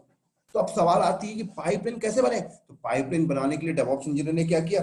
जेनकिंस का इस्तेमाल किया, तो एक पाइपलाइन बन गई। इस पाइपलाइन को अंग्रेजी में हम लोग क्या बोलते हैं पता है? CI&CD, continue integration, continue deployment and continue deliver. मतलब कंटिन्यू इंटीग्रेट हो रहा है, कंटिन्यू डिप्लॉयमेंट हो रहा है, कंटिन्यू डिलीवर हो रहा है। क्या डिलीवर हो रहा है? सॉफ्टवेयर। किसको? IBM को, जो खरीद रहे हैं उसको। मैं कहता हूं आप किसी समोसे की दुकान में जाइए और समोसा छान रहा है और बांटते जा रहा है, वो भी CI/CD यूज कर रहा है, वो भी continue integration, continue delivery, continue deployment चला रहा है। एक समोसे की दुकान में जाइए, समोसा छानता है ना, उसके बाद कुछ करता है, फिर उसके बाद देता है, वो CI/CD नहीं। मतलब बनाने वाला बंदा अलग बैठा हुआ है, कलेक्ट करने वाला बंदा, कस्टमर को सर्व करने वाला बंदा, मतलब CI/CD यूज हो रहा है। IT को समझना है तो पर्सनल लाइफ से रिलेट करते चलो बस। तो अब सवाल आता है कि अगर हम CI/CD का मेथड यूज करते हैं ना, तो पता लगता है सॉफ्टवेयर का नया वर्जन निकालने में ना विद इन द डे निकल जाता है। मतलब IBM नाम की कंपनी ने बोला कि ये बग था, माइक्रोसॉफ्ट ने बोला कि बस विंडो 19.1 देता हूं, पता लगा 19.1 को निकालने में विद इन द डे लगा, with in the day problem solve हो गई, IBM भी हैप्पी, हम भी हैप्पी। तो CI/CD मेथड से अगर कोई सॉफ्टवेयर बनाता है तो टाइम कम लगता है। तो डेवऑप्स कोई कोर्स नहीं है, डेवऑप्स इज द मेथोडोलॉजी भी आप बोलो तो चलेगा। मेथड है, क्या मेथड है सॉफ्टवेयर को बनाने का। और मैं कहता हूं कल भी सॉफ्टवेयर बन रहा था, आज भी बनेगा, बाद में भी बनेगा, 10 साल बाद भी बनेगा। कल कंपनी सॉफ्टवेयर को बनाने के लिए इंफ्रा घर पे लगाती थी, प्रोसेस मैनुअल चलाते थे। आज कंपनी सॉफ्टवेयर बनाने के लिए इंफ्रा क्लाउड पे लगाती है, प्रोसेस को ऐसे चला रही है, टाइम बच रहा। मैं कहता हूं सर गांव में ना एक किसान भी अपने आप को अपग्रेड कर लिया। गांव में चले जाइए ना, कोई किसान आपको मैनुअल खेती करते नहीं मिलेगा, ट्रैक्टर से कर रहा है, फसलें मशीनों से कटवा रहा है, मतलब उसने भी अपने आप को अपग्रेड किया। अब हम एक कंपनी है एयरटेल, बैठे हुए हैं अपने बिल्डिंग में डेटा सेंटर लगा ले, क्या दिक्कत है भाई? अपने बिल्डिंग में डेटा सेंटर लगा के बैठे हुए, लगा रखिए, कौन मना करने आ रहा है? आज भी गांव में किसान कुछ ऐसे मिल जाएंगे जो हल लेके हल जोत रहे। क्या रीजन हो सकता है? पैसा नहीं है भाई रिसोर्सेज के लिए। है ना, उसके पास पैसा नहीं है कि भाई ट्रैक्टर से हल खेत जुतवा सके। अब उससे जाके पूछिएगा जरा, ट्रैक्टर से तेरे में अपने अपने लिए ना 50 बेनिफिट बता देगा, और ट्रैक्टर से पैसा देना पड़ता है, वो जमीन को सही से नहीं खोदता है, वो कारण बताया ना। तो डिपेंड करता है आप किस लेवल पे जा रहे हैं। तो हर कंपनी अपने आप को अपग्रेड कर रही है। और सबसे मजे की बात तो पता है क्या है कि 95% दिल्ली एनसीआर में ना लोगों को पता ही नहीं कंपनी क्या कर रही है। बस क्या पता है, system admin, Linux admin, Windows admin, Cisco admin, ये एडमिन। अरे समझ तो कंपनी क्या कर रही है, कहां पे पासा पलट जाता है, और पासा पलट गया हम उसमें फंस भी गए, पहले ही पता चल चुका होता है ये प्रोसेस, टेंशन ही नहीं रहती। समझ आ रही मेरी बात यहां पर? हाँ जी sir, online Nitish ji sir, आ रहा।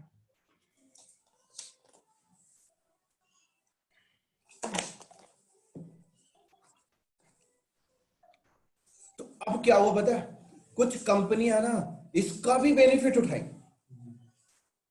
अभी गाड़ी यहां पे खत्म नहीं हुई, कुछ कंपनियों ने इसका भी बेनिफिट उठाया। क्या बेनिफिट? इस प्रोफाइल का भी बेनिफिट उठाया। कंपनी को पता है साला जिस बंदे को डेवऑप्स इंजीनियर पे आ रहा होगा ना, वो सारी चीज लेके आ रहा होगा अपने साथ। अब देखो बड़ी कंपनियों में क्या होता है ना, अगर माइक्रोसॉफ्ट की बात करो, आईबीएम की, माइक्रोसॉफ्ट हो गया, आईबीएम हो गया, एसएपी हो गया, गूगल हो गया, फेसबुक हो गया ना, ये कंपनी ना 20 साल पहले से एक डेवऑप्स एनवायरनमेंट को अडॉप्ट करके बैठे हुए।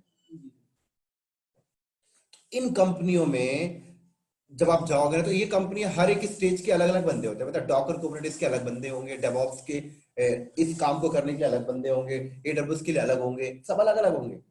एक डेवऑप्स प्रोफाइल अलग होगा, है ना। लेकिन आजकल छोटी छोटी कंपनी भी इसको अडॉप्ट कर रही है। अभी छोटी कंपनी पता है इस प्रोफाइल का फायदा उठाती है, पता है क्या बोलती है, डेवऑप्स इंजीनियर जो हम लोग हायर करेंगे उसे तो सब पता होगा, तो जब भी कहीं पर कोई स्टेज में प्रॉब्लम आएगी ना, तो बोलेंगे इसे ना तू ही सॉल्व कर। क्या कर? तू ही सॉल्व कर। एडब्ल्यूएस में दिक्कत है, तू ही सॉल्व कर। तो मिस यूज भी हो रहा है डेवऑप्स इंजीनियर का। आपको समझना है कि कैसे, कहां पे मेरे को मिस यूज किया जा रहा है। हाँ चलो ठीक है, आप अगर लर्निंग पर्पज से कंपनी में जा रहे हैं तो ठीक है, मिस यूज हो रहा है, फायदे में ही रहोगे सारा, सोल्यूशन करवा रही है कोई बात नहीं, एक देर से फिर स्विच कर जाएंगे। तो अब समझ में आया डेवऑप्स क्या है। डेवऑप्स सर कोई कोर्स नहीं है, कोई टूल नहीं है। डेवऑप्स एक जॉब प्रोफाइल है जो कंपनी में सेट किया गया है, और सॉफ्टवेयर बनाने का एक मेथड है।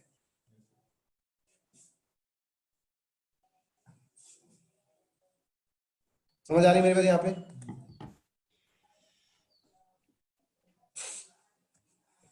तो अब बात आती है इस प्रोफाइल, अब कंपनी में इस जॉब प्रोफाइल पे जाने के लिए क्या क्या चीजें हैं। तो अब सवाल यहां पर क्या उठता है पता है, बंदे ने लिनक्स किया, लिनक्स करके चला गया इंटरव्यू देने। अब जिस जहां आपने इंटरव्यू देने गया ना, वो उम्मीद रख रही तुझे सब आता होगा,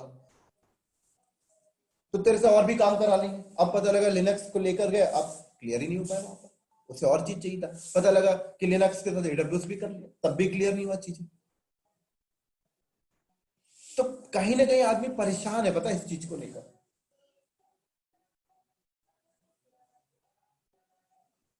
समझ आ गई? और यहां तक अगर आपने अपने और डेवऑप्स इंजीनियर को बनने के लिए सबसे जो मिनिमम चीजें जो है आज के टाइम में, वो क्या क्या आना चाहिए मैं आपको बता देता हूँ। सबसे पहले आपको ओएस का नॉलेज होना चाहिए। ओएस में आपको विंडोज पता होना चाहिए विथ लिनक्स, ज्यादातर लिनक्स पता हो तो ज्यादा अच्छी बात है, ठीक है। उसके बाद आपको एटलीस्ट क्लाउड के बारे में थोड़ा पता होना चाहिए, जैसे एडब्ल्यूएस या कोई अदर क्लाउड भी पता है तो अच्छी बात। ऐसे आपको वर्चुअलाइजेशन के एंड में आपको डॉकर पता होना चाहिए। इसके अल्टरनेट नहीं लिख रहा हूं, जो ज्यादा टूल यूज होते हैं उसके बारे में लिख रहा हूं, ये पता होना चाहिए कुबरनेटिस। ऐसे आपको ऑटोमेशन डिप्लॉयमेंट करने के लिए एंसिबल पता होना चाहिए। इसके अलावा अल्टरनेट, पपेट, सैप भी है, बट एंसिबल पता है तो दैट इज सफिशिएंट। पहले एंसिबल करिए, फिर जब आप कर ले तो बाद में चले जाइए, कोई दिक्कत नहीं। इसी तरीके से आपको गिट एंड गिटहब एटलीस्ट आपको पता होना चाहिए।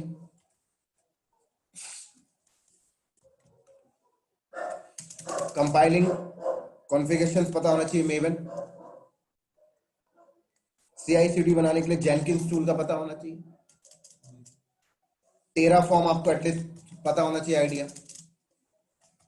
क्लाउड फॉर्मेशंस आपको एटलीस्ट पता होना चाहिए। तो ये जो मैंने आपके सामने लिखा है, इतना आपको पता होना चाहिए सर। इसके बाद ही आप एलिजिबल हो डेवऑप्स इंजीनियर के इंटरव्यू में बैठने के लिए।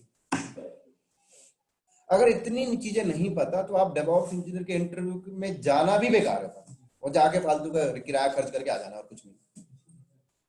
और सबसे मजे की बात तो पता है, कंपनी तरस रही है, कोई आ जा भाई, एक्सपर्ट नहीं है कोई बात नहीं, 30% 20% भी अगर तुझे आता है ना, मैं रख के तुझे सिखा दूंगी। लेकिन सवाल ये आता है कि बंदे सीख तो जाए, पता तो हो कि ये चीजें मांगी जाती हैं। बस पता क्या, बंदे क्या करते हैं, लिनक्स में एक्सपर्ट होके चले गए, AWS में एक्सपर्ट होके चले गए। भाई मुझे नहीं चाहिए। समझ आ रही है मेरी बात यहाँ पर? तो आपको अगर ये चीज सच्चाई जाननी है ना, मैं कहता हूं आज घर जाओ, naukri.com में जाना और कीवर्ड में ना ये लिख देना, एक टूल, बस हो गया। naukri.com में अगर साइट बनाया होगा तो खोल के ना एक टूल लिख देना, बस हो गया। और एक लाइन लिख देना, मैं वर्किंग हूँ, वर्किंग में नहीं, इसका नॉलेज है मुझे, लिख देना बस, हैंड्स ऑन एक्सपीरियंस है। देखना कल से ना 10 कंपनी कॉल करेगी। अगर आपको देखना चाहते हो तो। बात तो वही थी कि बंदा 10-10 साल से एक ही टूल पे काम कर रहा था।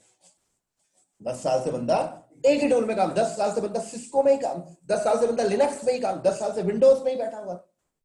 अब एकदम से मार्केट बदल गया। तो इसीलिए आईटी सेक्टर में रहना है तो टेक्नोलॉजी के हिसाब से चलना पड़ता है। कहते हैं ना कि बहता हुआ पानी अगर धीरे धीरे भी बहे उसकी वैल्यू है, ठहरा हुआ पानी तालाब में भी इकट्ठा हो जाए, समुद्र में भी इकट्ठा हो जाए, कोई वैल्यू नहीं।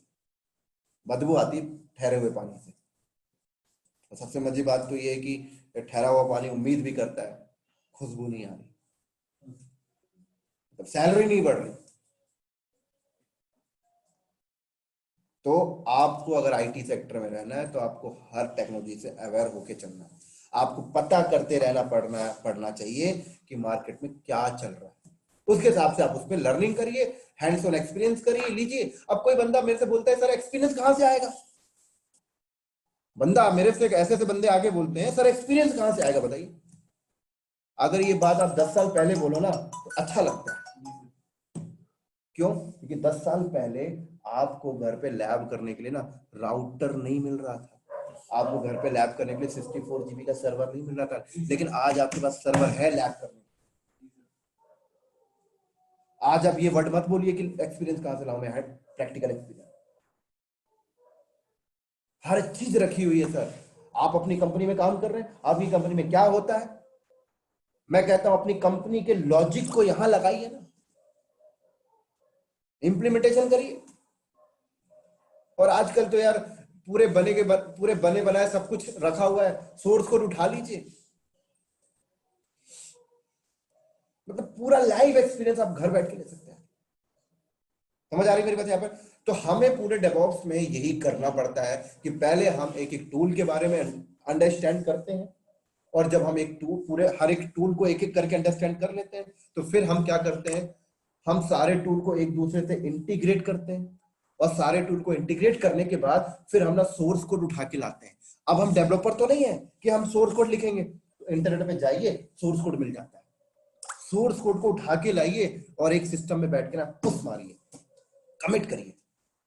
जब आप सोर्स कोड को कमिट करेंगे तो आपका सोर्स कोड अपने आप यहां पहुंचना चाहिए, यहां से यहां पहुंचना चाहिए, कंपाइलिंग अपने आप होना चाहिए, कंपाइलिंग के बाद एनसीएल के पास अपने आप जाना चाहिए, डिप्लॉयमेंट होना चाहिए, डिप्लॉयमेंट यहां होना चाहिए, और डिप्लॉयमेंट के बाद सक्सेसफुल डिप्लॉयमेंट होना चाहिए। और डिप्लॉयमेंट हो गया तो आप बन गए डेवऑप्स इंजीनियर। जब आप पूरा टूल पढ़ के ये जो चीजें हैं, जब आप सोर्स कोड उठा के डिप्लॉयमेंट करेंगे तो ऐसा नहीं यार कि एक बार में चल जाएगा, प्रॉब्लम आएगी, गिट में प्रॉब्लम आएगी, प्रॉब्लम को आइडेंटिफाई करोगे घर पे बैठ के, रात 2-2 बजे रात तक देखोगे साला क्या फंस रहा है, कलीग से बात करोगे भाई ये दिक्कत आ रही है मेरे पास, भाई मेवन में फंस गया, भाई एनसिबल में आके अटक गया, भाई डॉकर में आके अटक गया, भाई कुबरनेटिस में आके अटक गया, भाई लिनक्स में अटक गया। एक बार में हो जाएगा क्या? आप एक बार में साइकिल सीखा है क्या कभी बचपन में? मतलब पता नहीं कितनी बार गिरा। तो जब आप ये पढ़ के पाइपलाइन बनाकर अपना डिप्लॉयमेंट कर लोगे ना, राइट, आपको ना कॉन्फिडेंस आएगा। उसके बाद फिर अपना इंटरव्यू चाहिए। पहला इंटरव्यू पास नहीं हुआ कोई बात नहीं, दूसरा नहीं हुआ कोई बात नहीं, तीसरा नहीं हुआ कोई बात नहीं, मैं कहता हूं 10 इंटरव्यू देके 11वां इंटरव्यू में ना आराम से सेलेक्ट हो। और जो बंदे डेवऑप्स की प्रोफाइल पे काम कर रहे हैं ना, वो ऐसे ही जाते हैं। डेवऑप्स की प्रोफाइल में किसी के पास एक्सपीरियंस नहीं है, लाइव एक्सपीरियंस, क्योंकि साला नया टेक्नोलॉजी है, कहां से एक्सपीरियंस पैदा कर देगा? कंपनी को जो पता है ना कि हम भी तो अभी अडेप्ट कर रहे हैं, कहां से लेके आ जाए एक्सपीरियंस? हैंड्स ऑन ही चाहिए ना। डेवऑप्स के इंटरव्यू में सीधा बोला जाता है, तूने कोई प्रोजेक्ट बनाया है? जाइए डेवऑप्स के इंटरव्यू में, प्रोजेक्ट बनाया है, CI/CD बनाया है? आपने बोला यस, तो बोलेगा ठीक है इस सिस्टम में वही कर दे बस। आपने कर दिया एंटर, लेकिन बंदा कभी प्रोजेक्ट बनाया होता ना, वहीं पे आप इंटर हो गए। कई इंटरव्यू तो मैंने देखा है कि सिस्टम, इंटरव्यूअर के पास सिस्टम नहीं है, एक ब्लैंक पेपर पेन दे देंगे, तूने प्रोजेक्ट बनाया, प्रोसेस लिख दे, प्रोसेस लिख दे। अब जो बंदे ने कभी प्रोजेक्ट नहीं बनाया वो क्या प्रोसेस लिखेगा बताना? बोल नहीं पाएगा सर। प्रोसेस लिखने की बात तो छोड़ दो, अगर आपने घर पे बैठ के लैब किया ना रात को 2 बजे, तो आप ना फटाक से पूरा पन्ना भर दोगे, सर ये किया था, ये दिक्कत आई थी, ये वहीं से इंटरव्यू जज कर लेगा क्या बंदा है, लेवल क्या बंदा है।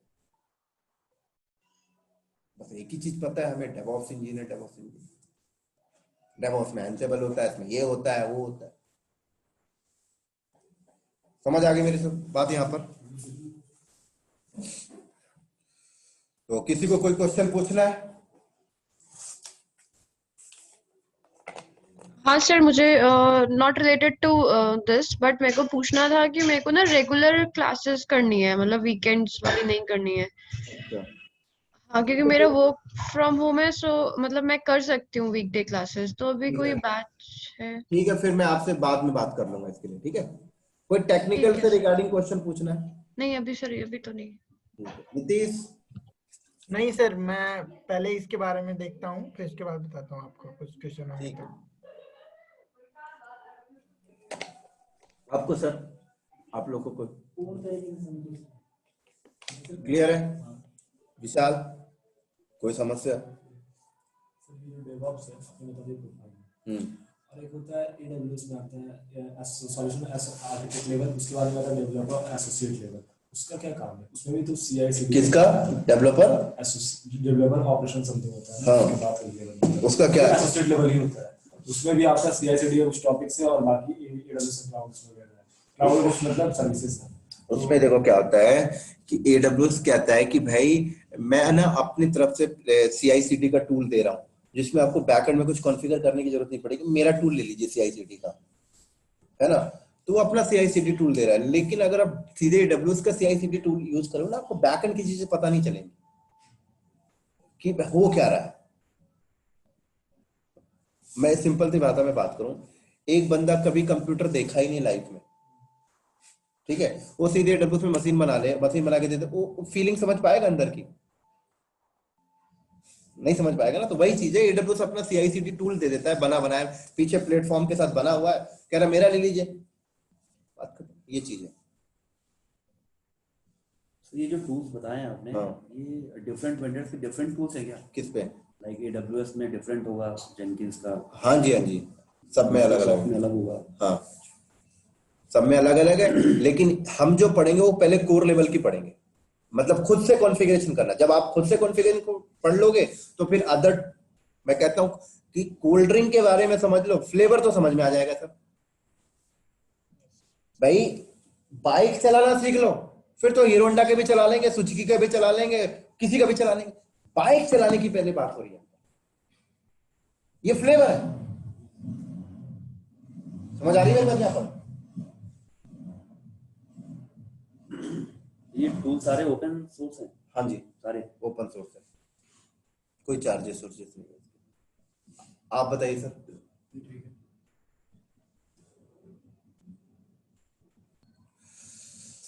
ठीक है सर, फिर हम लोग कल मिलते हैं सेम टाइम, ठीक है? तो कल वो छुट्टी नहीं है सर? हाँ यार, कल रिपब्लिक डे है ना, उसकी क्या दिक्कत है? देख लो आप लोग, मेरे को तो कोई दिक्कत नहीं नहीं सर, ये कौन सा झंडा लगा रहे हैं? है। वो कौन सा झंडा लगा रहे हैं? आ जाएंगे उसके घर पर कर लेंगे, नहीं प्लान है सर, वहाँ कैंसिल मान नहीं, देख लो सब लोग डिसाइड कर लो। ऑनलाइन कर देंगे, ये क्लास तो हो जाएगी, कोई बात नहीं। नहीं, आपका क्या स्टेटस है सोच रहा हूँ continue करने का। कल? कल का तो कंफर्म नहीं होगा कल। कल का छुट्टी कर लो और क्या है ना, 26 जनवरी कुछ ना कुछ काम हो जाएगा, घर पे रहोगे कर लो, है ना भाई। घर में बोल दिया कहाँ जा रहा है भाई, आज 26 जनवरी है, पागल है कि वो भी काम नहीं करेंगे क्या? छुट्टी के दिन छुट्टी ले लो, सही रहेगा।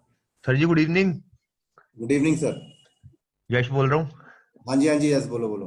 कैसे हैं सर? बढ़िया बढ़िया। तो सर इसको बता दिया आपने? हाँ हाँ, कोई टेक्निकल डाउट तो नहीं रहा, वो कह रही है कि वीकडेज के लिए, तो मैंने बोला कि मैं बाद में बात कर लूंगा वीकडेज का टाइमिंग, ठीक है? अच्छा अच्छा। बाकी सर हम लोग तो फिर मंडे से स्टार्ट करते हैं ना? हाँ, हमारा तो मंडे से चलेगा, ठीक है? ठीक है सर।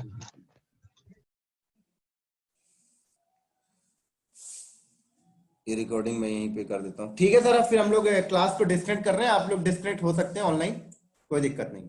Okay sir. ठीक है, okay thank you sir. Okay okay.